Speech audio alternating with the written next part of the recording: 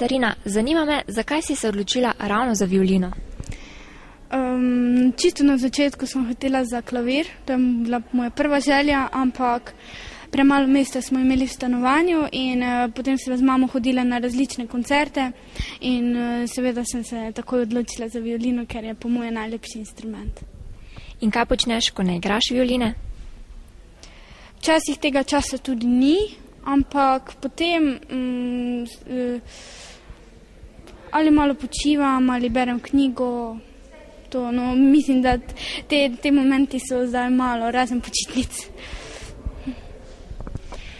Ko repetitor ste že nekaj let, je kakšna razlika, ko spremljate mlade ali starejše, že bolj izkušene glasbenike? Ni razlike. Moj angažman je vedno isti in skušam pomagati tudi starim, kot tudi mladim umetnikom, kot je Katarina.